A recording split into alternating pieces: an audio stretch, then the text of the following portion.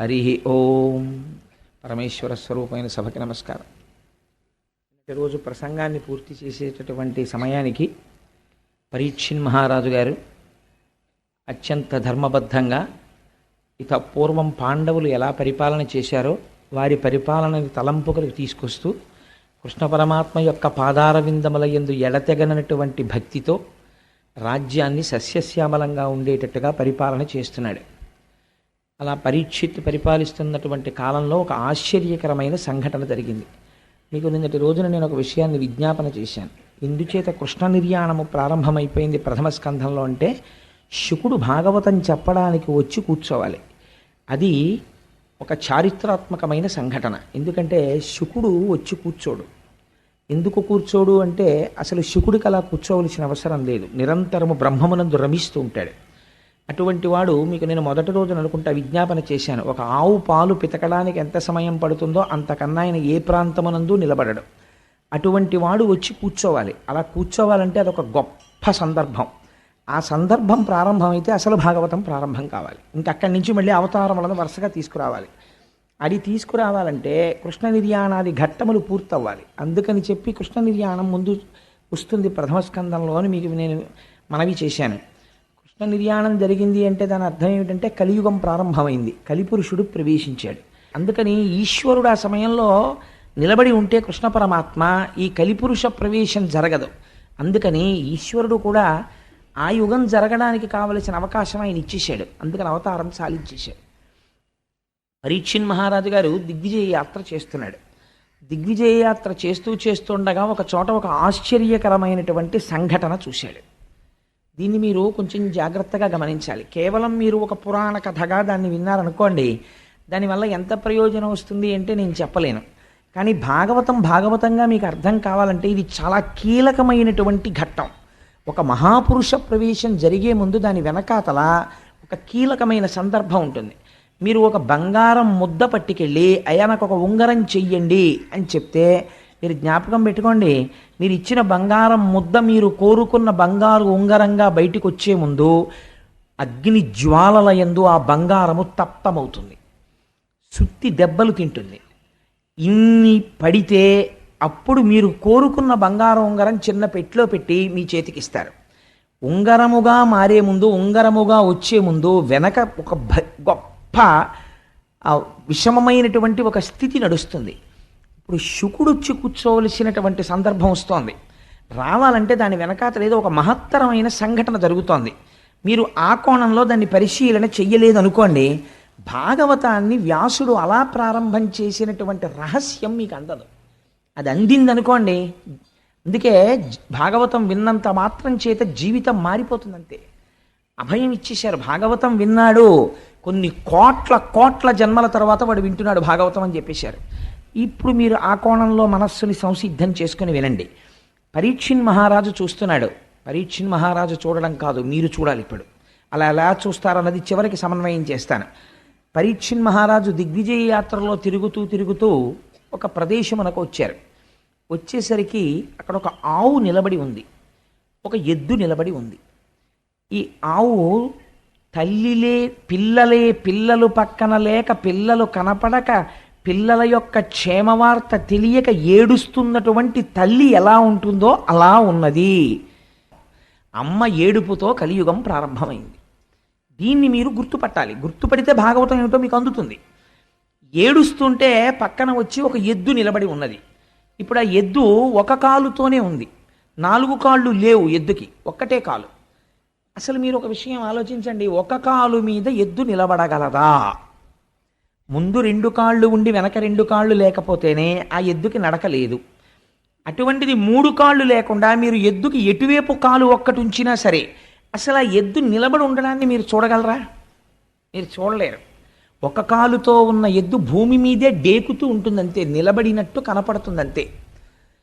ఇలా నిలబడినట్టు ఉన్నటువంటి ఎద్దు తన 3 కాళ్ళు పోయాయని ఏడవట్లేదు, ఆవు ఏడవడానికి ఆశ్చర్యపోయింది. ఇది మీరు గుర్తుపట్టవలసిన రహస్యం. ఆవు ఎందుకు ఏడుస్తోందని గోమాత వంక తిరిగింది. ఎందుకు ఏడుస్తున్నావు మంగళప్రదురాలా అని అడిగింది. మంగళప్రదురాలా అంటే శుభమివ్వడం మాత్రమే తెలుసున్నదానా? యథార్థం. ఇప్పుడు ఆ గోవు ఏడుస్తుంటే ఎద్దు అడిగింది, నువ్వు ఎందుకు ఏడుస్తున్నావు, నీకేం బాధ కలిగింది, నువ్వు చాలా సంతోషంగా ఉండేదానివి కదా, ఒకప్పుడు రేఖామయద్ధుధా కలశాతపత్ర వజ్రాంకుశాంబురుహ కల్పక శంఖ చక్రై అని ఆ అమృతపాత్ర, వజ్రము, నాగలి, శంఖము మొదలైనటువంటి గుర్తులు కలిగినటువంటి శ్రీపాదములు కలిగినటువంటి స్వామి నడయాడినటువంటి భూమి కదా, దేనికి ఏడుస్తున్నావు నువ్వు అని అడిగింది. అడిగితే భూమి అంది, దేనికి ఏడుస్తున్నానో తెలుసా, నాకు ఏదో బాధ కలిగిందని నేను ఏడవట్లేదు, నా బాధ ఎప్పుడూ అలాగే ఉంటుంది, కృతయుగమైనా ఇంకోటైనా. మీరు బాగా గుర్తుపెట్టుకోవలసిన లక్షణాన్ని చెప్తోంది భూమి. భూమి బరువు గురించి ఏడవదు. నాకు కొడుకు పుట్టాడనుకోండి, మళ్ళీ ఇంకోటి పుట్టేశాడు రా బాబోయ్, నేను మళ్ళీ వాడిని మొయ్యాలని భూమి ఏమి ఏడవదు. ఒకటి వెళ్ళిపోయాడు అనుకోండి, అమ్మయ్యా కొంత బరువు తగ్గింది బాబోయ్ అని భూమి సంతోషించదు. భూమి ఫిజికల్ వెయిట్ అంటే పైన ఉండేటటువంటి సామాన్యమైన బరువు గురించి భూమి ఎన్నడూ ఏడవదు. పిల్లాడు 2 కంచాల అన్నం తిన్నా అమ్మ బాధపడదు, షేరు పాలు తాగినా అమ్మ బెంగ పెట్టుకోదు, తన అన్నం తినడం మానేసి నేను తినేశాను రా అని కొడుక్కి పెట్టేస్తుంది. అమ్మ ఎప్పుడు బాధపడుతుంది, కొడుకు అబద్ధాలాడి తండ్రికి అపఖ్యాతి తీసుకొస్తే అమ్మ బాధపడుతుంది. ఇప్పుడు బాధపడుతోంది గోవు, దేనికి బాధపడుతోంది, బయట ఉన్న బరువు కేడవట్లేదు. ఇది చెప్తున్నారు కలియుగ ప్రారంభంలో ఎందుకు భూమి ఏడుస్తుందో. అలా ఏడవకుండా చూడవలసిన బాధ్యత నీ మీద ఉన్నది. ఎందుకు ఏడుస్తోంది ఆవు, ఇప్పుడు చెప్తోంది కలి ప్రవేశించాడయా అని. నేను ఏడుస్తున్నానంటావేమిటి, నేను ఎందుకు ఏడుస్తున్నానో కారణం ఏమిటో తెలుసా, నీకు 3 కాళ్ళు లేకపోవడం. నీ 3 కాళ్ళ లేనితనాన్ని చూసి నేను ఏడుస్తున్నానంది. ఇదేమిటి ఈ గమ్మత్తైన మాట ఏమిటి, ఆయనకి 3 కాళ్ళు లేకపోతే ఈవిడ ఏడవడం ఎందుకు అంటే, ఆవిడంది, ఈ లోకంబున పూర్వము 4 పాదముల చేత నీవు నడతువు, నేడా శ్రీలలనేశుడు లేమిని కాలముచే నీకు ఒంటి కాలయ్యకదే. కాలముచే ఎంత గొప్ప మాట వేసేసిందో చూడండి. కలి బలవంతంగా వచ్చాడా, రాలేదు, ఈశ్వరుడు అనుగ్రహించాడు. కలియుగం అంతే, వాడు రావాలి, దారి ఇచ్చాడు. ఇవ్వడమే కాలం దారి ఇచ్చింది. కాలము ఈశ్వర రూపం, దారి ఇచ్చింది, వచ్చాడు. ఆయన వచ్చాడు, వస్తే నీకెందుకు బాధ అంటే, కాలముచే నీకు ఒంటి కాలయ్య కదే. ఆ కలి లోపలికి ఇంకా అడుగు పెట్టి ఉంచుకోలేదు, పాదాలు మారిపోయింది పరిస్థితి. ఏమిటైంది ఇప్పుడు అంటే, బిడ్డలు తల్లిదండ్రులను చూడడానికి ఇష్టపడము లేదు. పెద్దవారైపోయినటువంటి తల్లిదండ్రులు చాలా బరువుగా అనిపిస్తున్నారు పిల్లలకి. పిల్లల యొక్క యోగక్షేమాల్ని చూసి వాళ్ళని వృద్ధిలోకి తీసుకురావడానికి సంస్కారయుతంగా ముందు పిల్లలకి సంస్కారం నేర్పాలని పెద్దలు ఆలోచించడం లేదు. ధర్మము విచ్చిపోతోంది. పూర్వం 4 పాదములు నీకుండేవి, ఇవి మామూలు ఎద్దు కాదు. ఇప్పుడు మీరు గుర్తుపట్టాలి, ఆ ఎద్దెవరు, ధర్మము. ధర్మమునకు భూమికి ఎంత దగ్గర సంబంధమో చూడండి. నీకు 4 పాదాలు ఉండేవి. ఏమిటా 4 పాదాలు, ఒకటి సత్యము, రెండవది శౌచము, మూడవది తపస్సు, 4వది దయ. ఈ 4 పాదములతో ధర్మం నడుస్తుంది. ఇలా నడిచేటటువంటి 4 పాదములు కలిగినటువంటి ధర్మం అనబడేటటువంటి వృషభమునకు, అందుకే శంకరుడు వృషభాన్ని ఎక్కుతాడంటాడు. అంటే ఆయన ధర్మమును అధిరోహించి నడుస్తాడు ఆయన. కాబట్టి ఇప్పుడు నీకు 1 పాదమే ఉన్నది, 3 పాదములు నీకు లేవు. ఎందుకు లేవు 3 పాదములు? ఈ 3 పాదములు లేకపోవడం చేత కలిపురుషుడు వచ్చేసాడు. వచ్చేయడం వల్ల నీకు 3 పాదాలు పోతే ఏమవుతుంది, దేవతలకు, ఋషులకు, మీరు చాలా జాగ్రత్తగా గుర్తుపట్టాలి ఆవు చెప్తున్న మాటల్ని, దేవతలకు, ఋషులకు, పితృదేవతలకు, ధీయుతులకు, నీకు, నాకు, గోవులకు, వర్ణాశ్రమములకు బాధ ఎనుచు కుందెదననగా అంది. ఎవరెవరికిట బాధ, ఎందుకు ఏడుస్తున్నానో తెలుసా, వీళ్ల కోసమే నేను ఏడుస్తున్నానంది ఆవిడ. ఎవరి కోసం, దేవతలకు, దేవతల గురించి ఏడుస్తున్నాను. ఎందుకు ఏడుస్తున్నాను, రాబోయేటటువంటి కాలంలో యజ్ఞయాగాది క్రతువులను విమర్శించేటటువంటి వాళ్ళు ఎక్కువైపోతారు. యజ్ఞయాగాది క్రతువులు ఒక్క మన సనాతన ధర్మంలో మాత్రమే ఉంటాయి, ఇంకెక్కడా లేవు. యజ్ఞము చెయ్యడం, అగ్నిహోత్రంలో హవిస్సు వెయ్యడం, మీరు మళ్ళీ సంపదని పొందడానికి అగ్నిహోత్రము ద్వారా దేవతలకు హవిస్సులు ఇస్తే ప్రీతి చెందినటువంటి దేవతలు మళ్ళీ వర్షాన్ని కురిపించి మీకు సంపదలను ఇస్తారు. మీరు తిరిగి వారి పట్ల కృతజ్ఞత ప్రకటించినప్పుడు దేవతల యొక్క ఆగ్రహమునకు గురవుతారు. కాబట్టి దేవతలకి హవిస్సులు ఇవ్వరు. హవిస్సులు ఇవ్వనటువంటి మనుష్యులకి శుభాన్ని మేము చెయ్యం అని దేవతలు చెయ్యరు. కాబట్టి హవిస్సులు పొందని దేవతలు తయారవుతారు. ఎందుచేత అంటే ఏది సనాతన ధర్మమో, ఏ సనాతన ధర్మము ఈ గడ్డ మీద నిలబడిందో ఆ గడ్డ మీద సనాతన ధర్మము విమర్శకి గురైపోతుంది. కాబట్టి ఏమైపోతుంది, యజ్ఞయాగాది క్రతువులు నశించిపోవడం ప్రారంభమవుతుంది. అందుకని దేవతలకు, ఋషులకు, ఎవరు వేదం కష్టపడి చదువుకుని స్వరం తెలుసుకుని చాలా కష్టపడి ఆ స్వరంతో వేదం చెప్తాడో అసలు ఆ వేదాన్ని ఆదరించాలనేటటువంటి బుద్ధి నశించిపోతుంది లోకంలో. ఎవడు తపస్సుతో ఉన్నాడో, ఎవడు నాకు లోకములో విషయసుఖములు అక్కర్లేదని జడలు కట్టి భగవంతుని ఎందున్నాడో వాడిని రాళ్ళు పెట్టి లోకం కొట్టేటటువంటి రోజు వస్తుంది. అలాంటి వాడిని చూసి నిష్కారణంగా విమర్శ చేసేటటువంటి రోజులు బయలుదేరిపోతాయి. నేను ఈ మాట అంటే నేను అసందర్భంగా అన్నానని మీరు అనుకోకండి. నేను తరచూ ఒక మాట చెప్తుంటాను. నాకు ఎక్కడైనా నేను తెల్లటి బట్టలు కట్టుకుని వెళ్ళిపోతుండగా నాకు కె విశ్వనాథ్ గారు కనపడితే, విశ్వనాథ్ గారికి నాకు మధ్యలో ఒక మురుగుడు గుంట ఉంటే నేను అది మురుగుడు గుంట ఉందని పక్కకి కూడా వెళ్లకుండా వారి పాదములకు ప్రణిపాతం చేయడానికి మురుగుడు గుంటలో పడిపోతాను అంటుంటాను. ఎందుకని అంటే బహుశా సినిమా రంగంలో ఆయన ఒక ఋషి. నేను ఈ మాట ఎందుకు అంటున్నానో తెలుసా అండి? ఆయన ఒక సినిమా తీశారు, నాకు ఆ పేరు జ్ఞాపకం లేదు, కానీ అందులో ఒక ఆఫీసరు వేదం చదువుకున్న వాళ్ళకి స్టైపెండ్ గ్రాంట్ చేస్తాడు. వేదం చదువుకుని 60 ఏళ్ళో 70 ఏళ్ళో వచ్చేసి వృద్ధుడైపోయినటువంటి పండితుడు పైన వస్త్రం కూడా లేకుండా ఉత్తరీయం వేసుకుని వచ్చి నిలబడితే ఆఫీసర్ ఎదురుగుండా 4 కుర్చీలు ఖాళీ ఉంటాయి. కూర్చోమని కూడా చెప్పడు, గోళ్ళు కొరుకుతుంటాడు ఆయన. గోళ్ళు కొరుక్కోవడం అంటే పని లేనివాడు చేసే పని ఏంటో గోళ్ళు కొరుక్కుంటున్నామని. ఆయన కాలం గురించి మాట్లాడుతుంటాడు, అది విచిత్రం. అసలు కాలస్వరూపమైన ఈశ్వరుడు గురించి వేదం చెప్తోంది. వేదం చదువుకున్న వాడిని నించోపెట్టాడు, తను కూర్చున్నాడు. ఏమిటండి మీకు స్టైపెండ్ ఇమ్మంటారు, స్టైపెండ్ ఇమ్మంటారు, మీకేమొచ్చు చెప్పండి అంటాడు. ఘన చెప్పడం, జట చెప్పడం అంటే మాటలు కాదు. ఆయన ఘన జట చెప్తుంటాడు. చెప్తుంటే అబ్బబ్బబ్బబ్బబ్బా మాట మళ్ళీ ముందు పెట్టి వెనకబెట్టి, ముందు పెట్టి వెనకబెట్టి ఎంతసేపు చెప్తారంటే టైం వేస్ట్ అంటాడు. సరే, ఆ తర్వాత ఇప్పుడు నేను సినిమా గురించి అంతా ఎందుకు కానండి అంటే ఏమైంది, కలియుగం ఎలా ఉంటుందో సెల్యులాయిడ్ మీద విశ్వనాథ్ గారు చూపించారు. ఇలా చూపించిన డైరెక్టర్ని ఒకటి నాకు చూపించండి. వేదము అవమానింపబడుతుంది. వేదం గురించి తెలుసున్నవాడు వేదం గురించి మాట్లాడాలి. వీడికి ఏం తెలుసు అని వేదం చదువుకున్న వాడికి వీడు స్కాలర్షిప్ను వీడు అదే స్టైపెండ్ గ్రాంట్ చేస్తాడు. ఘన జటా చదువుకున్న 70 సంవత్సరముల మహాపండితుణ్ణి నిలబెట్టి వేదం చదివితే వీడు నిర్ణయించి నెలకు 200 రూపాయలు గ్రాంట్ చేసేంత మొనగాడా. అంత అద్భుతంగా విమర్శ చేశాడు మహానుభావుడు. అందుకని దేవతలకు, ఋషులకు, పితృదేవతలకు తద్దినాలు పెట్టేవాళ్ళు కొరవైపోతారు. పితృదేవతలు ఏడుస్తుంటారు. ఒక్కడు తద్దినం పెట్టేవాడు కనపడ్డం. ఎందుకు పెట్టడు అంటే, ఎందుకండి శ్రాద్ధం పెట్టడం?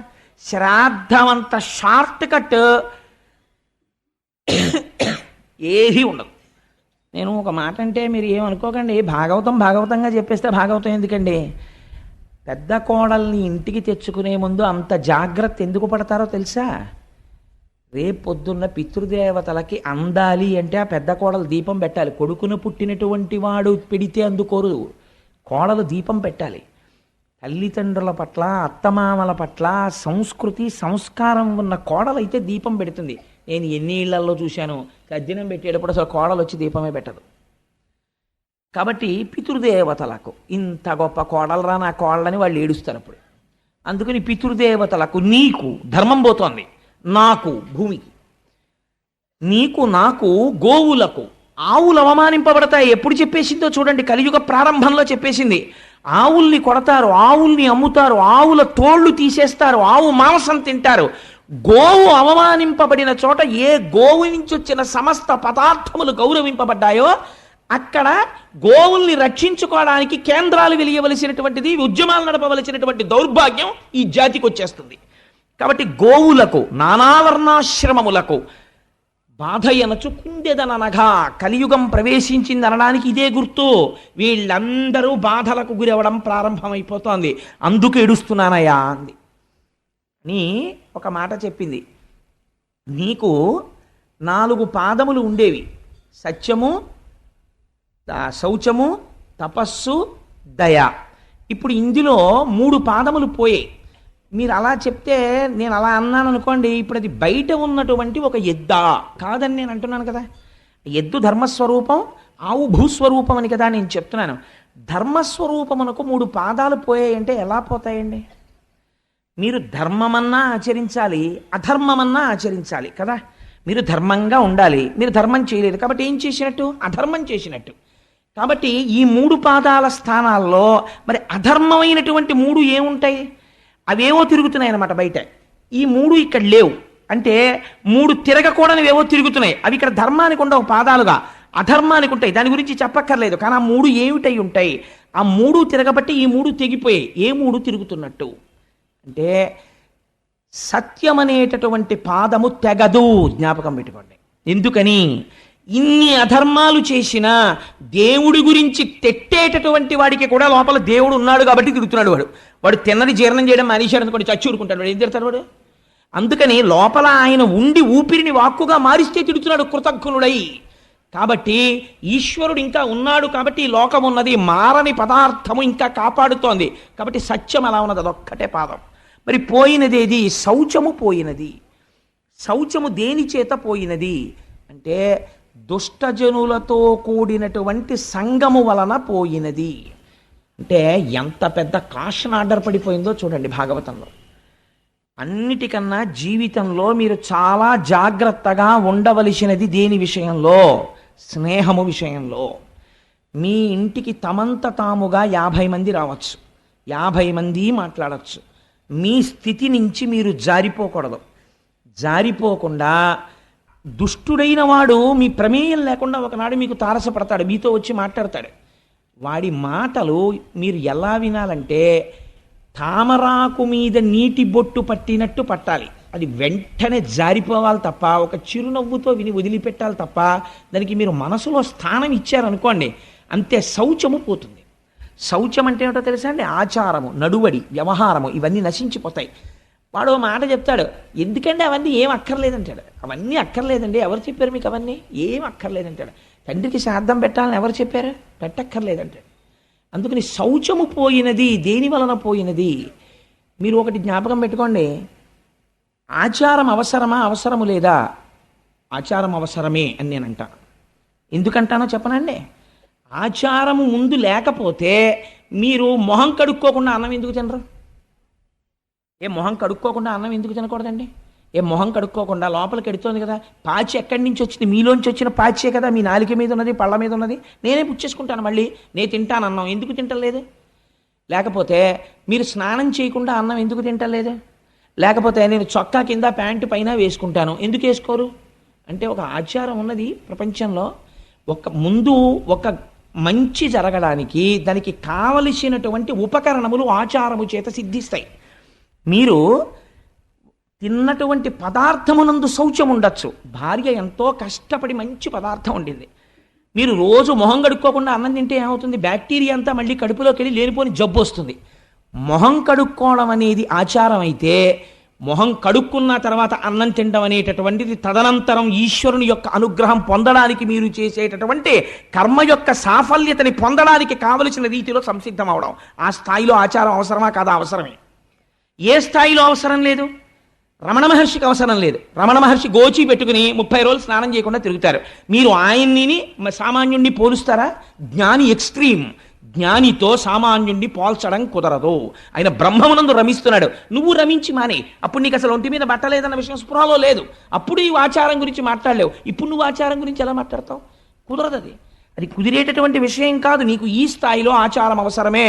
రమణులు నిర్ధారించారు. రమణులు సంధ్యావందనం చేయలేదని రమణుల ఆశ్రమంలో ఉన్నటువంటి రమణుల యొక్క మేనల్లుడు ఒక ఆయన సంధ్యావందనం చేయడం మానేశాడు. మా మాయగారే చేరి నేను ఎందుకు చేయాలన్నాడు. అంటే ఆశ్రమంలో ఉన్న వాళ్ళు రమణ మహర్షికి చెప్పారు, నా స్థాయి వాడికి ఇంకా పొందలేదు. పొందిన నాడు తనంత తాను సంధ్యావందనం చెయ్యవలసిన అవసరం లేకుండా జ్ఞానిగా నిలబడ్డం వాడికి తెలుస్తుంది. అప్పటి వరకు వాడు సంధ్యావందనం చెయ్యాలి.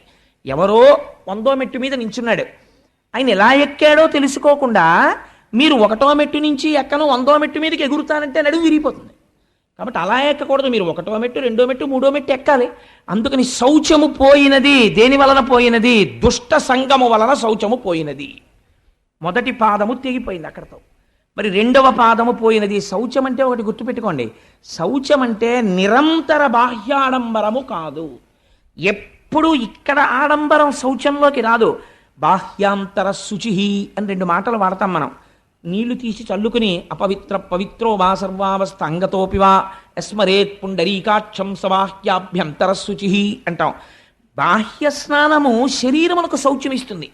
అంతమునందు అంత లోపల శౌచము మీకు కేవలము బయట స్నానం చేసి మడిబట్ట కట్టుకుంటే రాదు.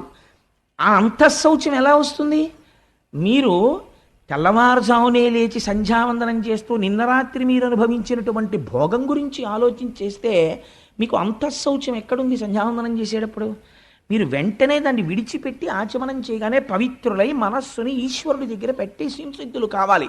అప్పుడు అది అంతఃశౌచం. బాహ్య శౌచాన్ని బయటవాడు కనిపెడతాడు, అంతఃశౌచాన్ని ఎవడు కనిపెడతాడు? మీకు మీరే సాక్ష్యంతే. అంతఃశౌచము బాహ్య శౌచము రెండూ ప్రధానమే. అంతఃశౌచం ఏర్పడడానికి బాహ్య శౌచం మరీ అవసరమైపోతుంది ఒక స్థాయిలో. ఆ తర్వాత మెట్లెక్కి ఒక స్థితికి చేరిపోయిన తర్వాత అది ఎంతవరకు అవసరం అన్నదాన్ని నిర్ధారించడం చాలా కష్టం అవుతుంది. అందుచేత ఇప్పుడు శౌచము దేని వలన పోయినది? దుష్ట సంగము వలన పోయినది. రెండవ పాదమైనటువంటి ఒకటి సత్యము, ఒకటి శౌచము, మూడవది దయ. దయ పోయినది. దయ దేని వలన పోయినది? దయ పోవడానికి ప్రధానమైనటువంటి కారణం ఏది అంటే అహంకారము వలన దయ నశించిపోతుంది. ఎప్పుడు అహంకారం వస్తుంది చెప్పండి? ఒక ఫాల్స్ ఈగో ఒకటి డెవలప్ చేసుకుంటాడు. నా అంత వాణ్ణి, అందుకే నిన్ను పొగిడేవాణ్ణి ఎక్కువగా నీ దరికి చేర్చకు అని చెప్తారు. పర్సనాలిటీ అసెసినేషన్ అని మీకు తెలియకుండా మీరు నిర్మించుకున్నటువంటి మీ శీలము నశించిపోతుంది. దేనివల్ల? మీ పక్కన కూర్చున్నవాడు నిరంతరం మిమ్మల్ని పొగడ్డం మొదలుపెట్టాడు అనుకోండి, నా అంతవాణ్ణి నేనన్న అహంకారం వచ్చేస్తుంది. ఈ అహంకారం ఏ స్థాయికి వెళ్ళిపోతుందంటే, ఏమిటంటే నా అంతటి వాణ్ణి నేను వస్తుంటే ఏమిటి అలా ప్రవర్తించడం, ఏమిటి అడ్డు లేకపోవడం, ఏమిటి అది అడ్డు రావడం ఏంటి, నాకు ఇది అడ్డు రావడం ఏంటి, ఈ భావన వచ్చేస్తుంది. వచ్చేస్తే ఏమవుతుందంటే భూత దయ నశించిపోతుంది, దయ పోతుంది.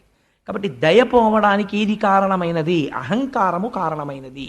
కాబట్టి ఇప్పుడు దయ లేదు, దాని ప్లేస్లో మీకు ఏం కనపడుతుంటుంది? అహంకారం కనపడుతుంటుంది. కాబట్టి కలిపురుషుడున్నాడు, మీకు ఏం కనపడుతుంటుంది? అహంకారం కనపడుతుంటుంది. మీకు నేను ఒక ఉదాహరణ చెప్తాను. మొన్నటి రోజున నేను రైతు బజార్లో కూరలు కొనుక్కుని ఇంటికి వెళ్ళిపోతున్నాను. అటువైపు సందులోంచి ఓ పిల్లవాడు ఓ 80 కిలోమీటర్ల వేగంతో హీరో హోండా మీద రంగిమని టర్నింగ్ తిరిగాడు. తిరిగి వాడు నా స్కూటర్ చూసి, నేను ఆ సందులోకి తిరుగుతున్నాను, స్కూటర్ చూసి నేను ముసలాండి అయిపోతున్నాను, నా బండి అంతకన్నా ముసలిది, 17 ఏళ్ళు అయిందేమో అది కొని, నేను పాపం ఇంత అలా సేవిస్తోంది ఎప్పటి నుంచో, దాన్ని ఎందుకు మార్చాలని నేను మార్చలేదు. అది అతను బ్రేక్ కొడితే ఇటువైపు ఉన్నవాడు అటువైపుకి తిరిగాడు. అంటే అలా తిరిగింది బండి. తిరిగితే నేనన్నా, ఏమయ్యా అంత స్పీడ్ వస్తున్నావే, ఒకవేళ నువ్వు నన్ను గుద్దీసావు అనుకో, నా కాలో చెయ్యో విరిగిపోతే ఓ నెలలాళ్ళు మెడికల్ లీవ్ పెడతాను, పర్వాలేదు. కాలో చెయ్యో విరిగిపోయిందని తెలియగానే ఉదారులై మా ఆఫీసర్లు గ్రాంట్ చేస్తారు, సత్యమే కాబట్టి. కానీ నీకు విరిగిపోయిందనుకో, ఇప్పుడు నడుస్తున్న టైము ఫిబ్రవరి కదా, మార్చి ఏప్రిల్లో పరీక్షలు ఉంటాయి. నువ్వు ఎంత విలువైన విద్యా సంవత్సరాన్ని జీవితాన్ని పోగొట్టుకుంటావో. After all 80 kilometres speed thrill కోసం నీకు ఎందుకే ఇంత స్పీడు అన్నాను. అతను అన్నాడు, పోవాయ చెప్పొచ్చా ఎలవాయ నువ్వు అన్నాడు. అంటే నేను చాలా సంతోషించాను. మీరు దాని గురించి పెద్ద సీరియస్గా ఆలోచించక్కర్లేదు. అంటే నేను ఎందుకు చెప్తున్నానంటే, అప్పుడు నేను అనుకున్నాను, ఓహో భాగవతం చెప్దాం అనుకుంటున్నాను కదా ఫిబ్రవరి 2వ తారీఖు నుంచి, ఈశ్వరుడు కలిదర్శనం చేయించాడు నాకు అనుకున్నాను. అంటే వాడికి ఒక పెద్ద అహంకారం అనమాట, నా అంత వాణ్ణి నేనేం తగిలిన బండికి 80 కిలోమీటర్స్ స్పీడ్లో బ్రేక్ వేసి బండి ఇలా తిరిగింది. అది ఎంత సంతోషం వాళ్ళకి ఇలా తిరిగిపోతుంటే. అలా అనుకుంటున్నాడు. అది చూడండి ఇప్పుడు ఏమైపోయింది. అది నిజంగా దయ కలిగిన వాడు అనుకోండి, అయ్యో మాస్టర్ మీరు అంత మాట అన్నారు, మీకు కూడా చూస్తుంటే 20 ఏళ్ల కుర్రాళ్ళ లేరు, పాపం మీకు కాలో చెయ్యో విరిగిపోతే మీకు ఇబ్బందే కదండి, అంత మాట అన్నారు నా వృద్ధిని కోరి, చాలా సంతోషం అండి అన్నాడు అనుకోండి. అతనికి దయ ఉందని నా పట్ల. అంటే ఇప్పుడు అతని విషయంలో తెగిపోయిన ఎద్దే ఉంది అతనిలో. అంటే ఇప్పుడు ధర్మము యొక్క ప్లేస్ని ఎవరు రీప్లేస్ చేస్తున్నారు? అధర్మము రీప్లేస్ చేస్తారు. కలిపురుషుడు వచ్చాడు. మామూలుగా మీరు దయ పోయినది, శౌచము పోయినది అన్నారనుకోండి, మీకు కలిపురుష దర్శనం ఎక్కడవుతుంటుంది? ఇప్పుడు మీరు పెద్ద సినిమా మీకు కనపడుతుంది ప్రపంచంలో. ఇప్పుడు మీరు రోడ్డు మీద వెళ్ళిపోతున్నారనుకోండి, మోటార్ సైకిల్ మీద వెళ్ళిపోతూ సెల్ ఫోన్ మాట్లాడుతున్నవాడు లోకమునందు దయలేనివాడు, వాడు ఎవరినైనా గుద్దేస్తాడు. కొంతమంది మోటార్ సైకిల్ మీద వెళ్ళిపోతూ ఈశ్వరుడు 2 చేతులు ఇస్తే వదిలేస్తారు, వాడికి ప్రమాదం మనకి ప్రమాదం. కాబట్టి ఇవన్నీ ఏమిటంటే కలిపురుష లక్షణాలే. కాబట్టి మీరు ఓహో ఇదంతా కలిపురుష లక్షణం ఇంత ప్రబలంగా ఉందన్నమాట అని మీరు వెంటనే కృష్ణపాదాలని స్మరించుకుంటూ ఉండాలి. కాబట్టి ఇప్పుడు ఏమైపోయినది? దయ అహంకారం వలన పోయినది. మూడవది ఇది తపస్సు. తపస్సు దేని వలన పోయినది? సమ్మోహము వలన పోయినది. సమ్మోహం అంటే ఏమిటి?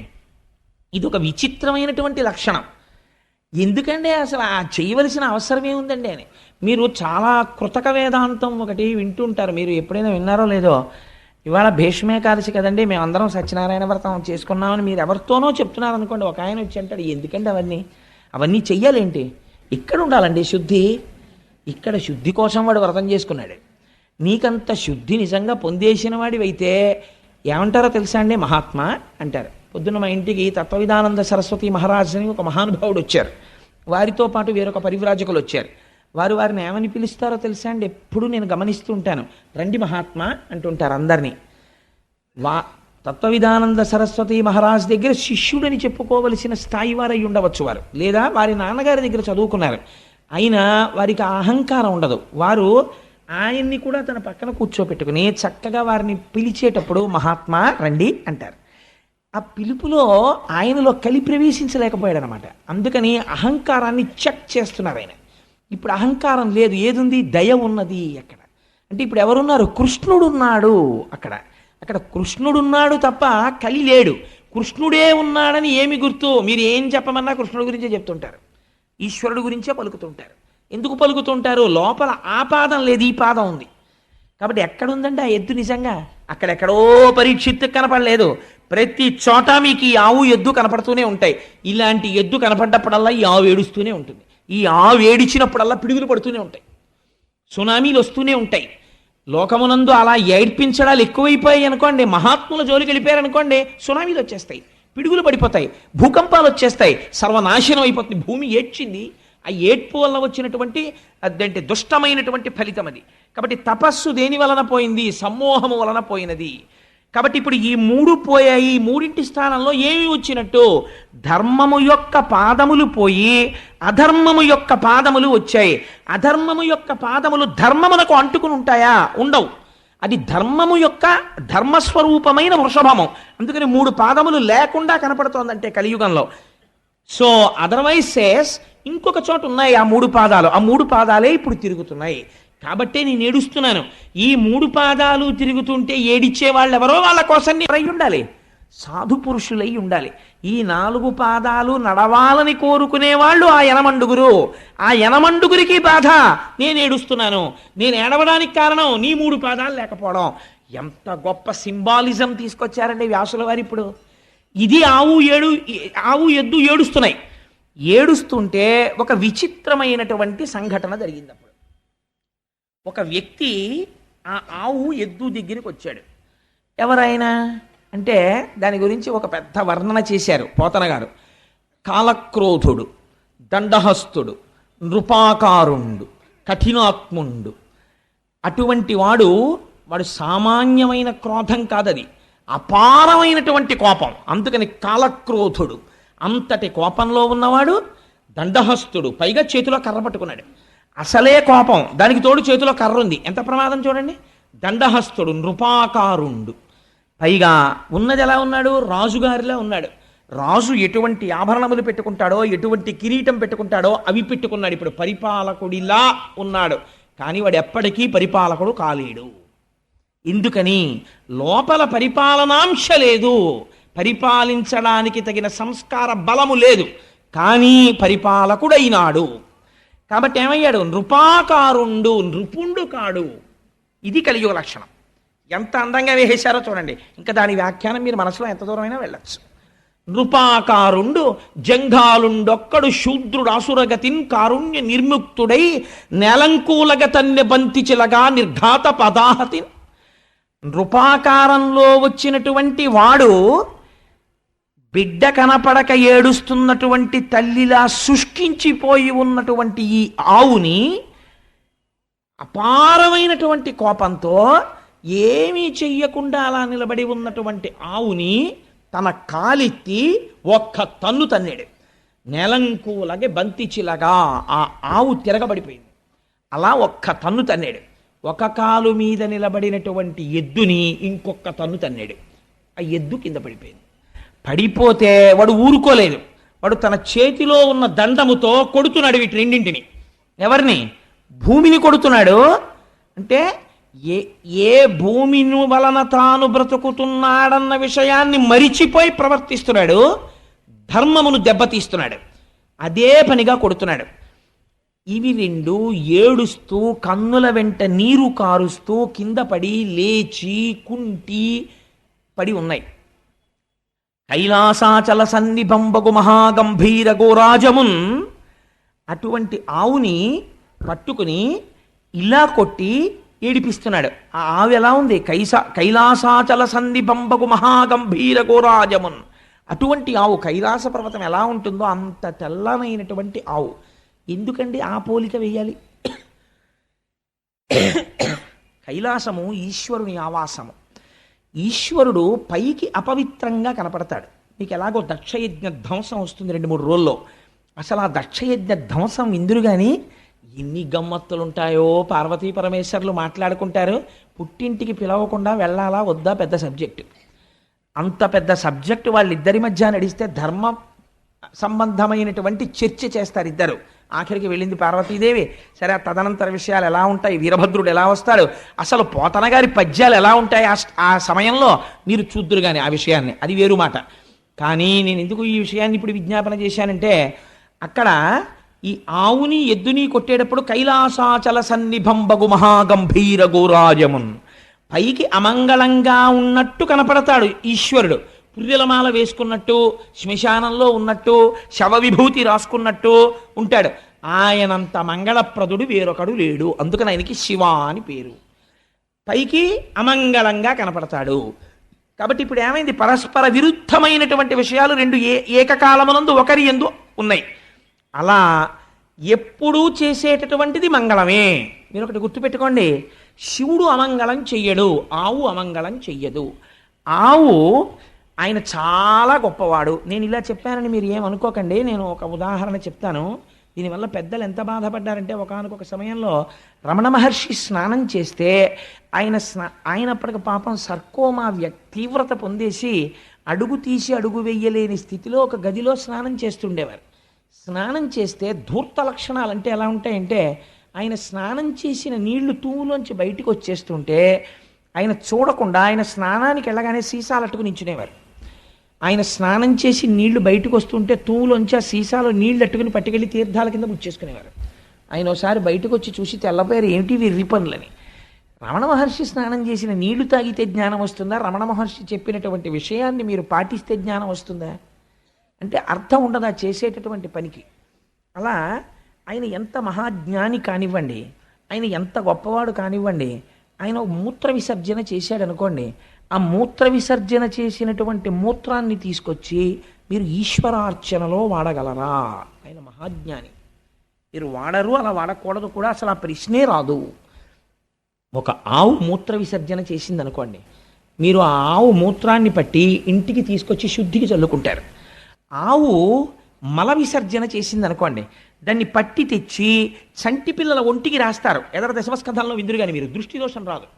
పైగా శుద్ధి జరగాలంటే ఆవు పేడ నీళ్లలో కలిపి కళ్ళాబీ చల్లుతారు, సూక్ష్మక్రిములు చచ్చిపోతాయని.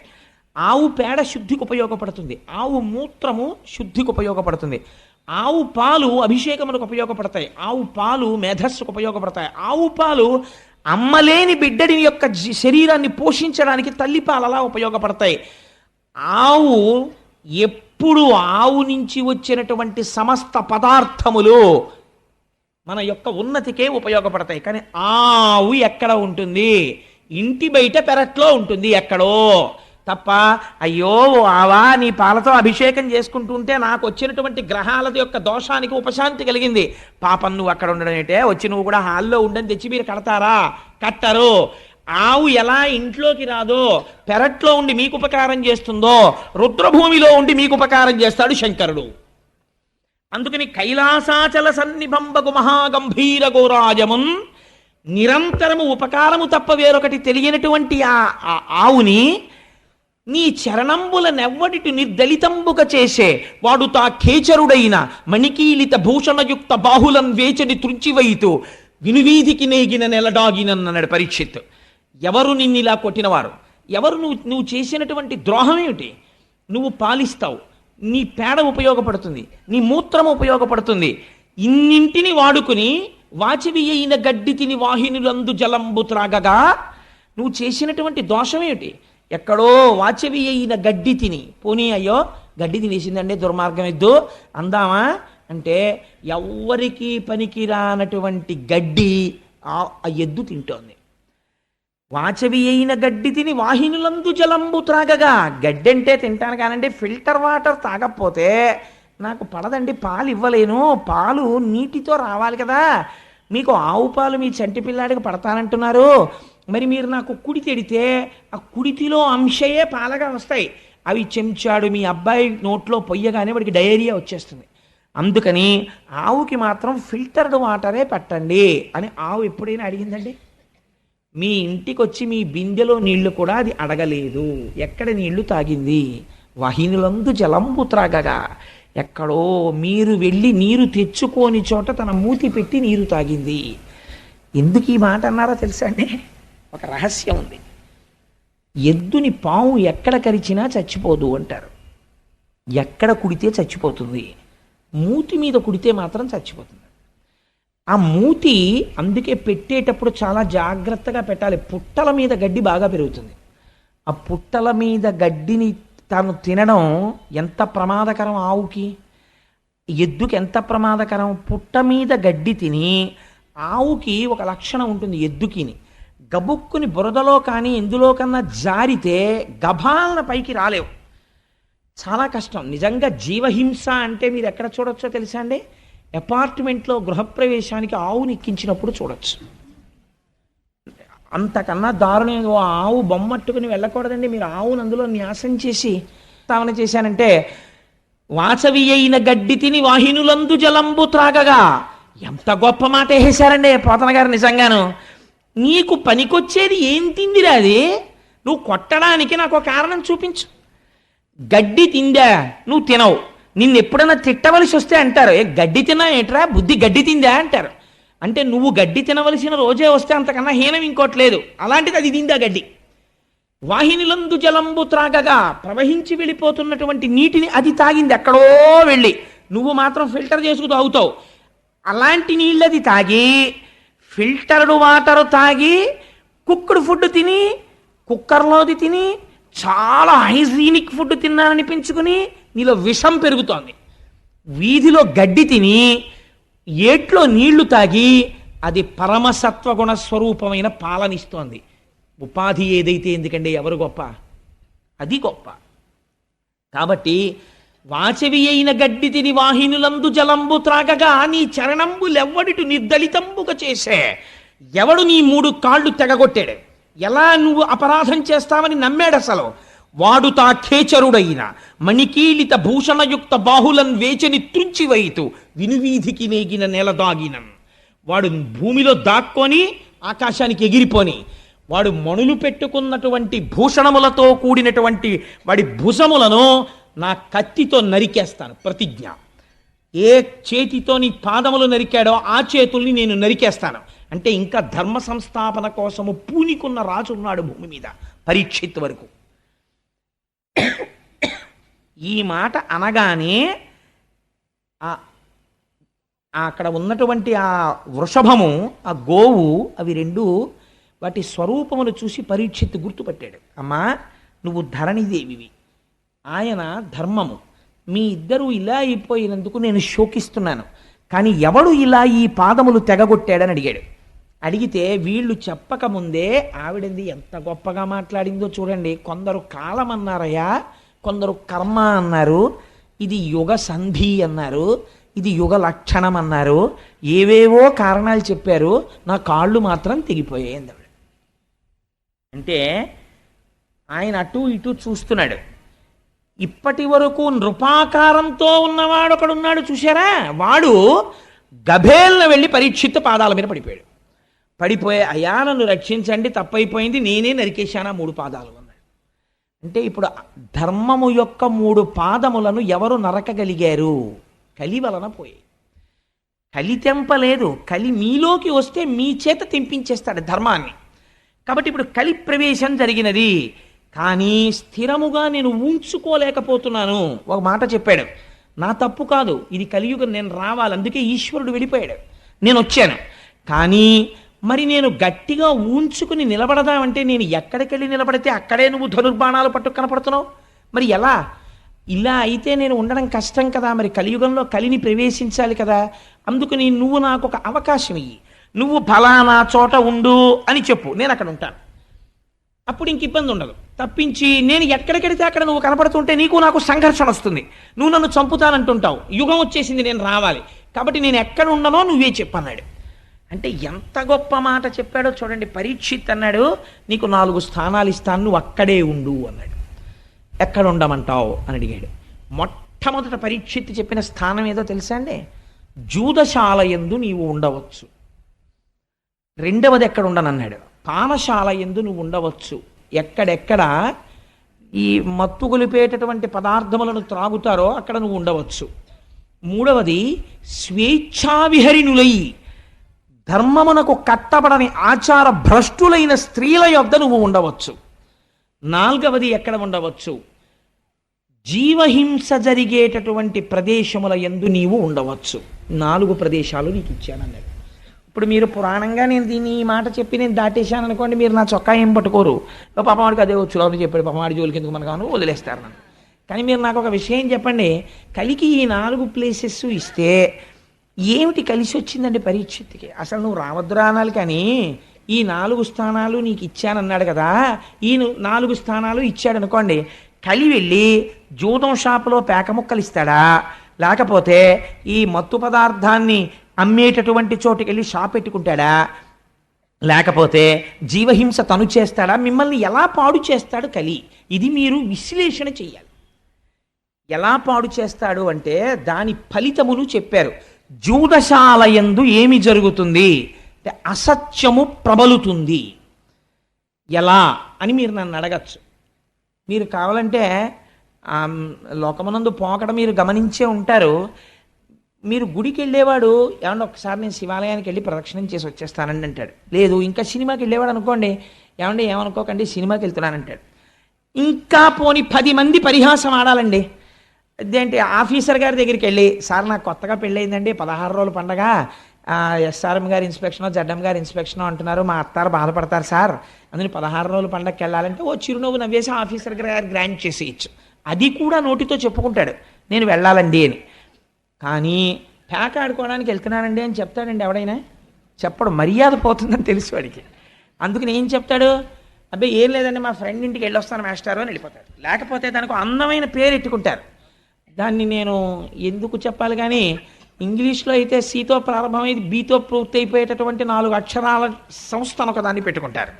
పెట్టుకుని అలా చెప్పుకోవడానికి సిగ్గేది, అందుకని అక్కడికి వెడుతున్నామని చెప్పుకుంటారు అని వెళ్ళిపోతారు. వెళ్ళిపోతే సాధారణంగా ఏమనుకుంటారంటే వీళ్ళందరూ లోపల కూర్చుని ఏదో దేవకార్యం నిర్వహిస్తున్నారు అనుకుంటారు. ఏం ఉండదు, అక్కడ బూడిద ఆడుకుంటూ ఉంటారు వీళ్ళందరూ. చాలా నిశ్శబ్దంగా ఐశ్వర్యం వెళ్ళిపోతుంది అక్కడ. అది కలిస్థానం. అందుకని అసత్యం ప్రారంభమవుతుంది. ఎందుకో తెలుసా అండి, సత్యమేవేశ్వరో లోకే సత్యం పద్మాశ్రితా సదా సత్యమూలాని సర్వాణి సత్యాన్నాస్తి పరమం పదం. సత్యాన్ని ఆశ్రయించి లక్ష్మి ఉంటుంది, అసత్యం పలకగానే లక్ష్మి వెళ్ళిపోవడం మొదలైపోతుంది. అక్కడ ఏమవుతుంది, అసత్యమే చెప్పాలి. కాబట్టి ఏం చేస్తాడు, ప్రారంభం అసత్యం, తీరా వెళ్ళిన తర్వాత 3 గంటలు కూర్చుని ఇంటికి వస్తాడు. పాపం భార్య అలా కూర్చుంటుంది. ఏమండి ఇంతసేపు ఎక్కడికి వెళ్ళారండి అంటుంది. కోటేశ్వరరావు ఉపన్యాసానికి వెళ్ళానే, రోజురా తప్పకుండా రండి రండి రండి రండి, మీరు రాకపోతే నేను చెప్పలేకపోతున్నాను అంటున్నాడు, అందుకని వెళ్ళానంటాడు. కాబట్టి ఏమైపోయింది, అక్కడ అసత్యం. అసలు ఆ కోటేశ్వరరావు అలా అడగను లేదు. నాకు ఒక తమాషా అయిన మాట ఒకటి వినపడుతుంటుంది ప్రపంచంలో. నాకు ఎక్కడ నవ్వు వస్తుందంటే ఒక్కొక్కరు నాకు కనపడంటుంటారు, కోటేశ్వరరావు మీ ఉపన్యాసాలకి రాలేకపోయానండి ఏమనుకోకండి అంటారు. నేను అనుకోవడం ఎందుకంటే మా ఇంట్లో పెళ్ళి 5 ఏమన్నా వస్తే సంతోషం, రాకపోయినా సంతోషం. నేనేం మీరు రాకపోతే అంటే నేను కించపరిచాను కాదు, ఆ మాట ఎందుకు రాకపోతే అది it's not an excuse to be pleaded. దానికి పెద్ద ఇదే ఉందండి. ఈశ్వరానుగ్రహం ఉంటే వస్తారు, ఈశ్వరానుగ్రహం లేకపోతే రాలేరంతే భగవత్ సంబంధంలో. కాబట్టి అసత్యముతో మొదలవుతుంది. భార్యకి ఏమంటాడు, అబ్బాయి కోటేశ్వరారు ప్రసంగానికి వెళ్ళాను, ఆయన బాధపడుతున్నాడు, ఒకసారి రమ్మని, అందుకని వెళ్ళానంటాడు. కానీ క్రమంగా తెలుస్తుంది, భార్య ఏడుస్తుంటుంది ఇంట్లో, మీరు ఏం చేస్తున్నారో నాకు తెలుసు, డబ్బులు పోతాయి, ఏమీ కాదు నీ మోహం, మా నాన్నగారికి పంపించానంటాడు. బుకాయిస్తాడు. భార్య కదా డబాయిస్తాడు. పిల్లలకి తెలిసిపోతుంది. పిల్లాడు అంటాడు, నాన్న నువ్వు పేకాట ఆడుతున్నావా అంటాడు. లాగి లెంపకాయ కొడతావు, నోరు మొయ్యి, నీకెవడు చెప్పాడు రా అని క్రౌర్యంతో లెంపకాయ కొడతాడు. మొత్తం అసత్యం. ఎక్కడ జూదశాలలోంచి ఏ రూపంలో కలి ప్రవహిస్తున్నాడు, అసత్య రూపంలో వస్తున్నాడు. కాబట్టి భ్రష్టత్వం వచ్చేసిందంతే. రెండవదేది పానశాల. తాగగానే పోయేదేది యుక్తాయుక్త విచక్షణ పోయి మదము ప్రవేశిస్తుంది. ఎంత అతివాగుడు మొదలైపోతుందో. అప్పటి వరకు చాలా సౌమ్యంగా ఉంటాడండి. శుక పిక బకరవములు ప్రారంభమైపోతాయి. ఇంకా ఉచ్చేసుకున్నాడో ఒక వెర్రి ధైర్యం వస్తుందో ఏమో, నాకు స్వానుభవం లేదు. ఇంకా ఒక వెర్రివాగుడు మొదలెట్టేస్తాడంతే. ఎందుకంటే నేను ఒక రోజున రైల్లో చూశాను, నాతో వచ్చిన వాళ్ళు చూశారు. ఆ రోజున హైదరాబాద్ వచ్చిన వాళ్ళు నాతో, తుకారాం శర్మ గారు, ఆ తర్వాత కృష్ణప్రసాద్ గారు, వీళ్ళందరూ ఆ రోజున హైదరాబాద్ వెళ్ళాం. మేము వెళ్ళినప్పుడు ఒక ఆయన పీకల మొయ్య తాగేసి పాపం ఇద్దరు బిడ్డలతో ఎక్కిన ఒక స్త్రీని వేధించాడు. నిజంగా సెల్ ఫోన్ ఎవరికో కొట్టేసి ఆవిడికి ఇచ్చి మాట్లాడమన్నాం, ఆ పిల్లలకి ఇచ్చి మాట్లాడమన్నాం. నాకు టిఫిన్ తీసుకొచ్చిన వాళ్ళు పక్క కంపార్ట్మెంట్లో ఉన్నారు. వాళ్ళు కోటేశ్వరరావు టిఫిన్కి రెండని కబురు చేశారు. నేను లేవబోతుంటే అన్నయ్య అని ఆవిడ కబుక్కుని పట్టుకుంది. నేను తెలబోయాను. అదేంటి ఈ సంబంధం ఎక్కడిది, ఎవరో నాకు తెలియదే అనుకున్నాను. మీరెవరమ్మా అన్నాను. అంటే అన్నయ్య అన్నయ్య మాట్లాడాలన్నయ్య అని. నేను ఇలా రాగానే, అన్నయ్య మీరు వెళ్ళిపోతే వీడు ఏం చేస్తాడో నేను దిగిపోదాం అనుకుంటున్నాను రాజమండ్రిలో, భయం వేస్తోంది అన్నయ్య, మీరు కూడా ఎవరు లేరు, నేను ఒక్కడనే ఉన్నాను అక్కడ, అన్నయ్య మీరు వెళ్ళకండి అన్నయ్య అంది. అప్పుడు నేను, అమ్మ మీరేం భయపడకండి అని టిఫిన్ కోసమని మళ్ళీ కబురు వచ్చింది, వీడు ఇంకా రాడేమిటని. అలా కాదు, మీరే ఇక్కడికి రండి, ఇక్కడ తిందాం అని వీళ్లతో మెల్లిగా మాట్లాడి, అదేంటి చెల్లాయి నువ్వు వెళ్ళి అక్కడ పడుకో అని చెప్పేసి ఈ 3 బెర్తుల్లో ఉన్న వాళ్ళల్లో ఒకళ్ళ దగ్గరికి ఈవిడిని పంపించి వాడిని ఇక్కడ తెచ్చి పడుకోవాల్సి వచ్చింది. ఎంత దారుణం అండి. తెల్లవారి లేచేటప్పటికీ మీరు నమ్ముతారా, ఆయనంత పెద్ద మనిషి లేడు.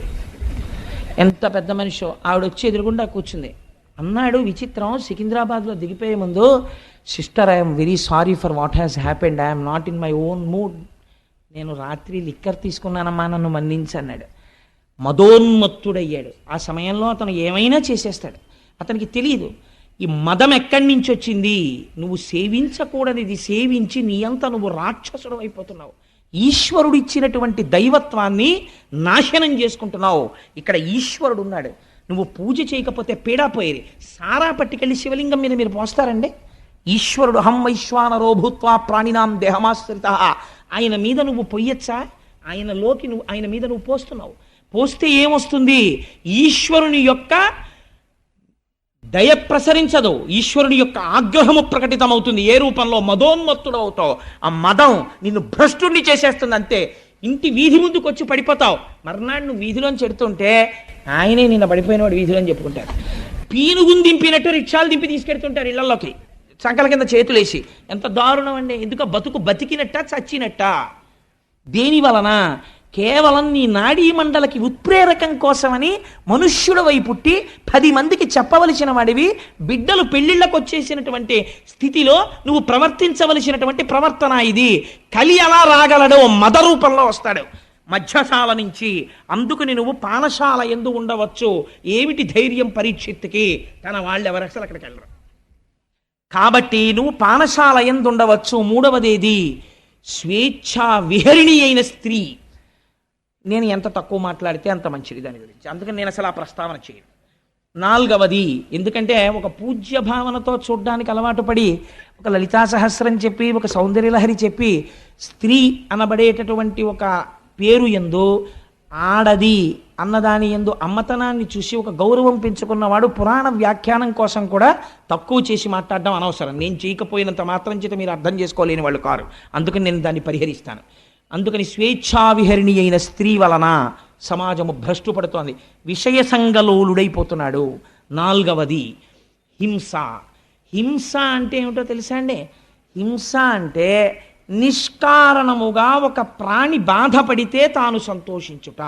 ఇక్కడ మీరు ఒకటి జ్ఞాపకం పెట్టుకోవాలి. ప్రాణిహింస అంటే చంపేయడం అని కాదు, అస్తమానం చంపేయక్కర్లేదు. ఇలా చీమల బారి వెళ్తుంటే కుడతారు కొంతమంది, నిష్కారణంగా నిలబడి ఆకులు తుంపేస్తారు. నువ్వు ఆకుని సృష్టించలేదు, నువ్వెందుకు తుంపేయాలి ఆకుని? నిష్కారణ హింస. అన్నిటికన్నా భయంకరమైన హింస ఏమిటో తెలుసా అండి? నోటి మాట.